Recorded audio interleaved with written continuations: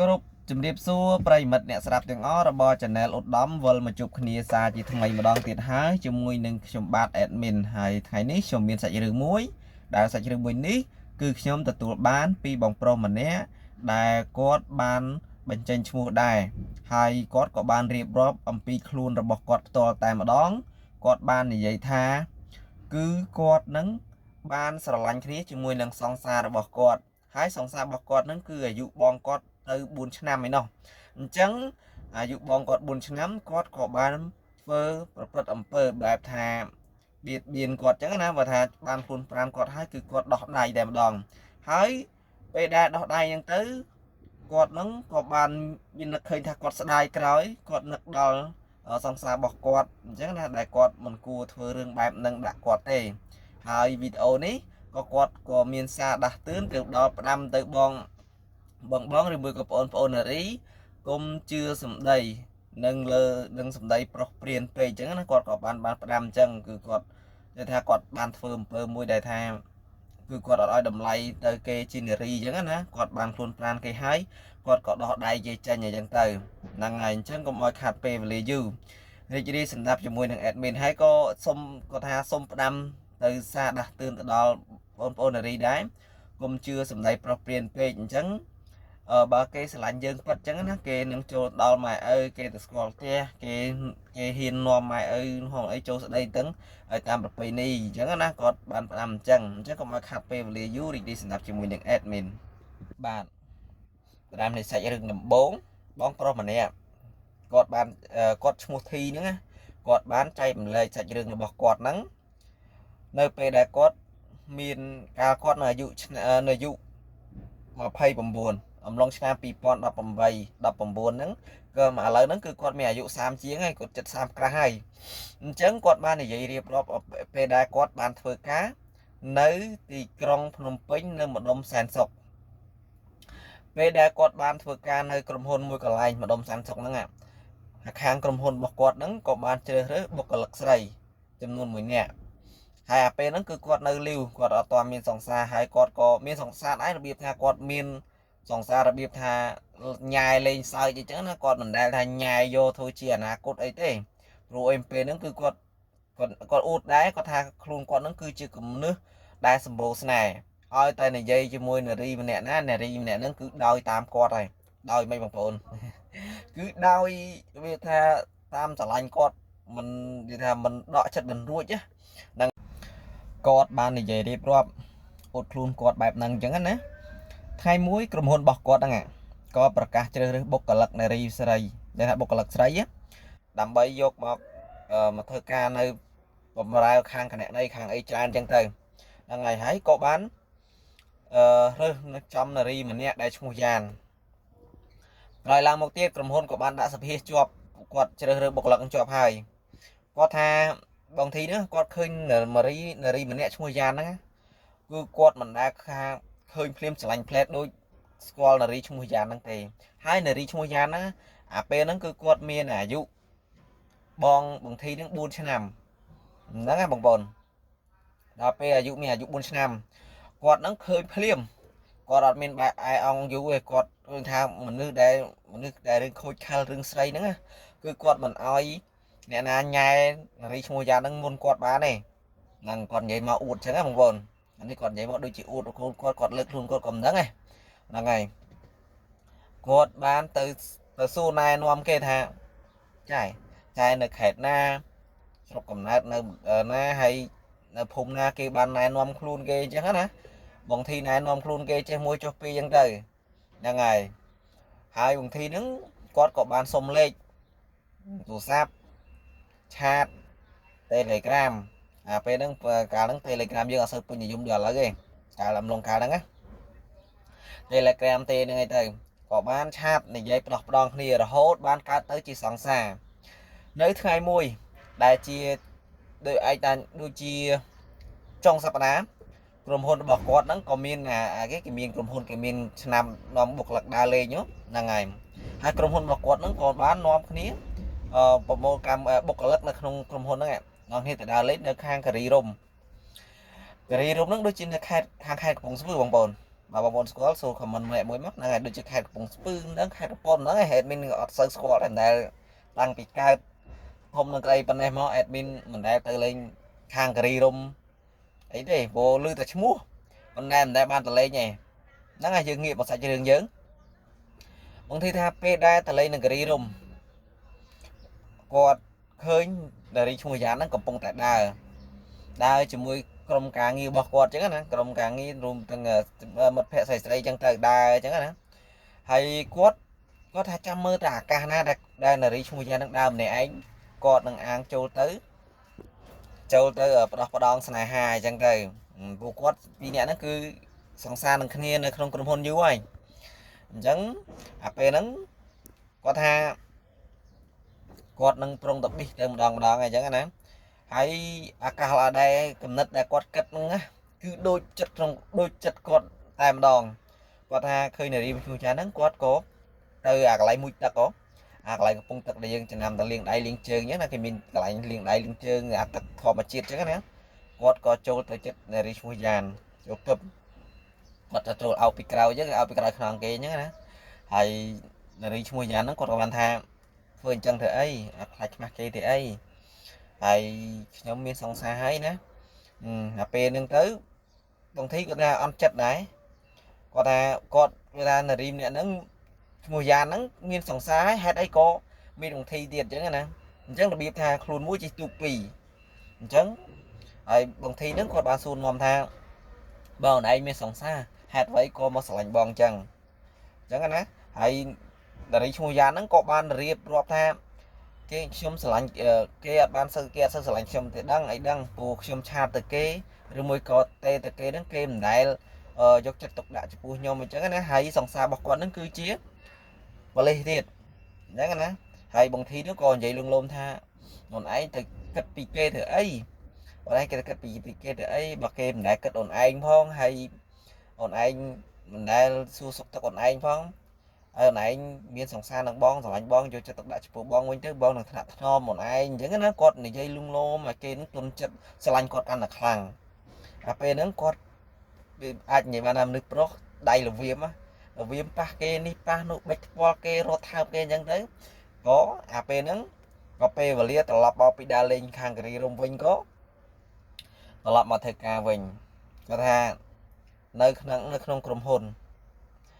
គាត់ឃើញនារីម្នាក់យ៉ានហ្នឹងនារីឈ្មោះយ៉ានហ្នឹងដើរទៅបន្ទប់ទឹកគាត់ក៏បានដើរតាមពីក្រោយគាត់ថាគាត់និយាយស្មោះត្រង់គាត់ថាឃើញនារីម្នាក់ហ្នឹងធ្វើឲ្យចំណងរបស់គាត់ចង់តែអាចនិយាយអាក្រក់ឲ្យបានស្ដាប់ទៅស្មាតទោសគឺចង់ចាប់រួមមេត្រីអញ្ចឹងណាបងប្អូនរួមមេត្រីអញ្ចឹងទៅហ្នឹងហើយនិយាយឲ្យអាក្រក់ស្ដាប់បងប្អូនពូគាត់ឃើញនារីម្នាក់ហ្នឹងអារម្មណ៍របស់គាត់គឺចង់អញ្ចឹងតែម្ដងហើយអាពេលដែលគាត់ដើរទៅបន្ទប់ទឹកណាគាត់ដើរតាមក្រោយហ្នឹងអាពេលហ្នឹងគឺស្ងាត់មែនតើអាពេលហ្នឹងចំជាពេលគេម៉ោងបាយគេសម្រាប់អស់ហើយអញ្ចឹងគាត់ក៏ដើរទៅគាត់ក៏ចូលបន្ទប់ទឹកតាមហើយនារីឈ្មោះយ៉ានព្រមចាក់កលឹះហើយគាត់ថាទន្លុះទ្វារទៅគាត់ក៏ចាប់គេ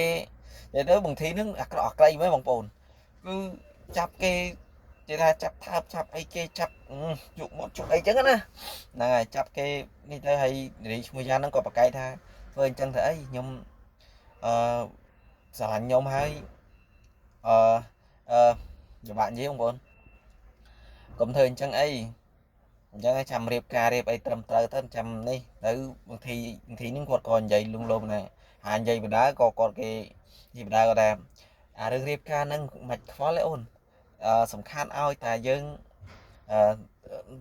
ទ្រាំនៅមួយគ្នាសិនអារឿងរៀបការហ្នឹងគឺតាមក្រោយទេអញ្ចឹងទៅគាត់ក៏នារីឈ្មោះយ៉ានគាត់ថាអត់ទេក្នុងបន្ទប់ទឹកគឺគាត់អត់ធ្វើអញ្ចឹងដាច់ខាតហើយគាត់យំផងគាត់វល់ផងអញ្ចឹងនារីឈ្មោះយ៉ានហ្នឹងហើយដល់ពេលអញ្ចឹងទៅគាត់ក៏បางทีហ្នឹងគាត់ថានឹកឃើញក្នុងបន្ទប់ទឹកគឺគាត់អត់ហ៊ានធ្វើអីនឹងលើសពីនឹងទៀតទេអញ្ចឹងអាហ្នឹងអាកាសគាត់មាន2ដងហើយអាកាសលើកទី4បងប្អូនអាហ្នឹងបានសម្រេចរបស់គាត់បដ ாய் ហ្នឹងហើយដល់ពេលក្នុងបន្ទប់ទឹកអញ្ចឹងក៏គាត់អត់បានសម្រេចទេអញ្ចឹងថ្ងៃចុងសប្តាហ៍ដូចជាថ្ងៃល្ងាចថ្ងៃសៅរ៍អញ្ចឹងថ្ងៃអាទិត្យគាត់ណាត់គ្នាដើរលេងដើរល្ងាចពេលថ្ងៃសៅរ៍ថ្ងៃអាទិត្យសម្រាប់អញ្ចឹងទៅណាហើយគាត់ក៏បបួលនារីឈ្មោះយ៉ានណាទៅការ៉ាអូខេចូលក្លឹបចូលអីចឹងទៅដល់ពេលត្រឡប់មកពីក្លឹបវិញណាសវរៀងសវឹងស្រឿងអញ្ចឹងទៅ ហើយក៏អាពេលហ្នឹងគឺសំណាងដែរសំណាងស្រីយ៉ានដែរដូចថាបងយ៉ានដែរគាត់ថាគាត់ហ្នឹងមានមិត្តភ័ក្តិផ្សេងទៅជាមួយដោយសារអាកាសហ្នឹងនឹងធីហ្នឹងគឺអត់លិតទៀតដែរហ្នឹងហើយអាពេលហ្នឹងគាត់ថាគាត់គុំក្នុងចិត្តគុំតឲ្យបាននារីម្នាក់ហ្នឹងគេនៅជាមួយនឹងគាត់ហ្នឹងហើយចឹងហើយកុំឲ្យពេលយូរអាហ្នឹងអាកាសទី3គឺអត់បានអាកាសទី4បានអាកាសទី4គឺបានសម្រេចរបស់គាត់ក៏ដោយគាត់ថាទៅដើរលេងដោយវគ្គមុនអញ្ចឹងភាសានេះគឺគាត់អត់ចូលក្លឹបទេគឺគាត់ចូលខារ៉ាអូខេហ្នឹងហើយចូលខារ៉ាអូខេហើយខារ៉ាអូខេហ្នឹងគឺគាត់អត់យកស្រីយកអីទាំងអស់ហើយគាត់លួងលោមឲ្យស្រីយ៉ានហ្នឹងធ្វើម៉េចបានចូលខារ៉ាអូខេជាមួយនឹងគាត់ហ្នឹងហើយដល់ពេលអញ្ចឹងទៅពូអាចូលខារ៉ាអូខេហ្នឹងគាត់មានគោលបំណងទៅច្រៀងណាទៅចាប់ស្រីយ៉ានហ្នឹងបងទៅចាប់គេបខំអីអញ្ចឹងណាហ្នឹងហើយបន្ទាប់មកគាត់ក៏និយាយលងលោមទៅតែពេលចូលខារ៉ាអូខេអញ្ចឹងទៅខារ៉ាអូខេហ្នឹងគេមានអាភ្លើងភ្លឺផ្លុងអញ្ចឹងណាហ្នឹងហើយភ្លឺផ្លុងដើម្បីមើលឃើញមនុស្សពេកអញ្ចឹងគាត់ក៏ចាប់គេថើបចាប់អីអញ្ចឹងទៅហ្នឹងហើយបងប្អូនសកម្មភាពមនុស្សប្រុសឲ្យតែនៅមួយស្រីនៅស្ងៀមទេគាត់ទីទៅគាត់ក៏បានចាប់អញ្ចឹងទៅហើយនារីសង្ឃយាហ្នឹងគាត់ក៏បានយំប្រាប់ទីថាបងអាខ្ញុំតាំងពីស្រឡាញ់គ្នាជាមួយបងឯងមកគ្មានអ្នកណាគេហ៊ានធ្វើដាក់ខ្ញុំអញ្ចឹងទេហើយស្រីយ៉ានឹងយំរៀបរាប់អញ្ចឹងណា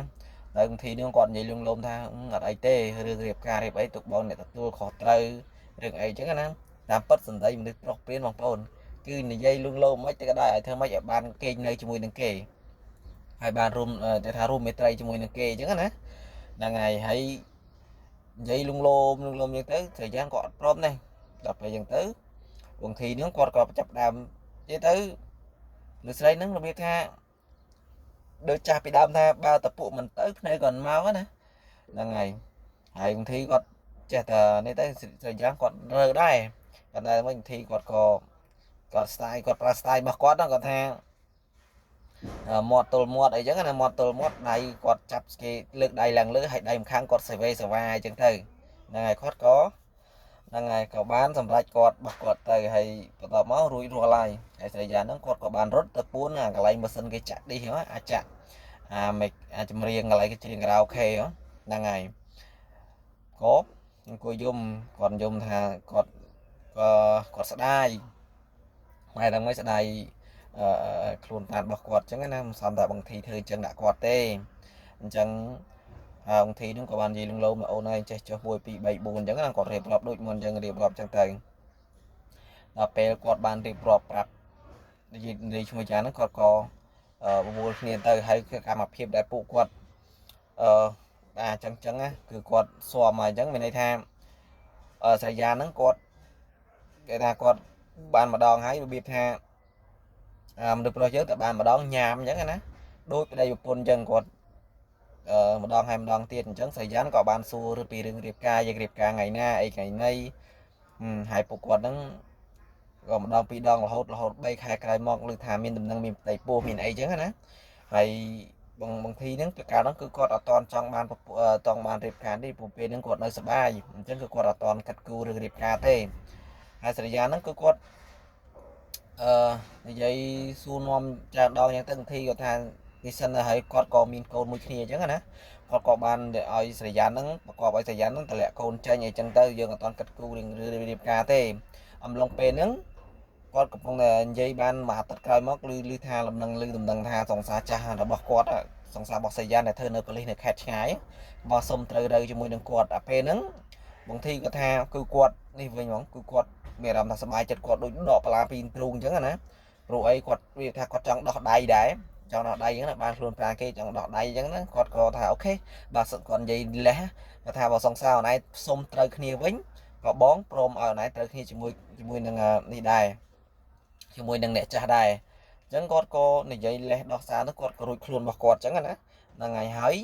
គាត់ក៏ធ្វើខ្លួនដូចជានៅធ្វើខ្លួនធម្មតាដូចពីមុនធ្វើការនៅក្រុមហ៊ុនអញ្ចឹងទៅដល់ពេលស្រាប់តែបានមួយខែក្រោយមកស្រាប់តែនារីឈ្មោះយ៉ាហ្នឹងគាត់ក៏បានលាឈប់ពីក្រុមហ៊ុនរបស់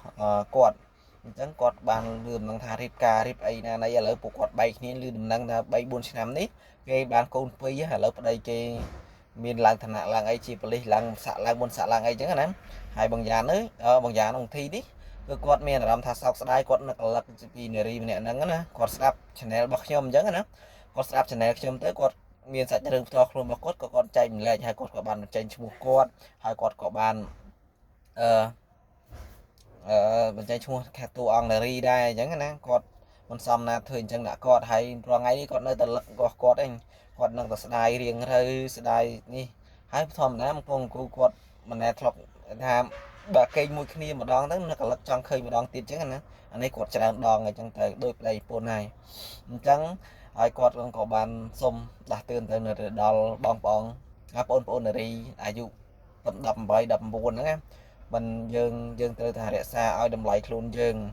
តែបើសិនជាគេស្រឡាញ់យើងពិតគេស្រឡាញ់យើងស្មោះគេគិតគូរពីអនាគតរបស់យើងហើយគេហ្នឹងចូលស្ដីដណ្ដឹងយើងគេឲ្យតម្លៃយើងណាហើយគេយកស្រឡាញ់គ្នាធ្វើជាអនាគតណាមនុស្សប្រុសស្រឡាញ់មនុស្សស្រីធ្វើជាអនាគតគេអត់ហ៊ានប៉ះពាល់យើងសំបីតែមួយតែស្អីសោះអញ្ចឹងអូខេរឿងយើងនិយាយតែប៉ុណ្្នឹងណានិយាយលេងប៉ុណ្្នឹងហើយជួបគ្នានៅវីដេអូក្រោយទៀតហើយបើសិនជាបានស្ដាប់ហើយសូមកុំភ្លេចជួយចុច like បើភាសាខ្មែរសូមចុចជាវនឹងទទួលបាននៅវីដេអូថ្មីទៀតពីខ្ញុំបាទ admin ឧត្តមក៏សូមអរគុណនិងសូមគោរពលាជួបគ្នានៅវីដេអូក្រោយទៀតបាយបាយ